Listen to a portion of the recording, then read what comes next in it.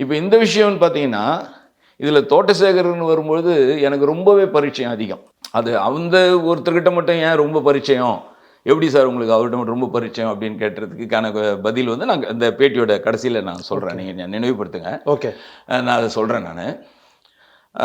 பொதுவா சேகர பத்தி முதல்ல சொல்லிடுவோம். ஏன்னா சேகருடைய கேரக்டர் என்ன?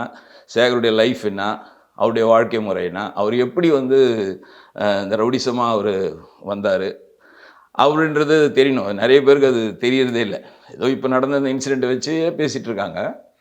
ஆக்சுவலா வந்து ரவுடிசம் அப்படின்னாலே, ரவுடிகள் அப்படின்னாலே, அவங்க கிட்ட என்ன இருக்கும்னா, தைரியம், ஒரு மக்கள் மத்தியில ஒரு ஒரு எப்படி பயமான ஒரு உணர்வு. அந்த இவங்கள பார்த்தா ஒரு டாமினேஷன், ஒரு பயம் இருக்கும். தைரியங்கள் இருக்கும். எதையுமே சாதிச்சிட முடியும் அப்படின்ற ஒரு கான்ஃபிடென்ட் இருக்கும். இதுதான் ஒரு ரவுடிங்கன்னா அவங்களுக்கு முத்திர குத்துன விஷயம் இவ்வளோதான். நான் பார்த்த வகையில, இவ்வளோ இதையும் தாண்டி, எல்லா ரவுடிகிட்டயும் இருக்கிற அந்த விஷயங்கள்லாம் தாண்டி, இந்த தோட்டசேகர்ன்றவர்கிட்ட என்ன இருந்ததுன்னா, மனிதநேயம் இருந்தது.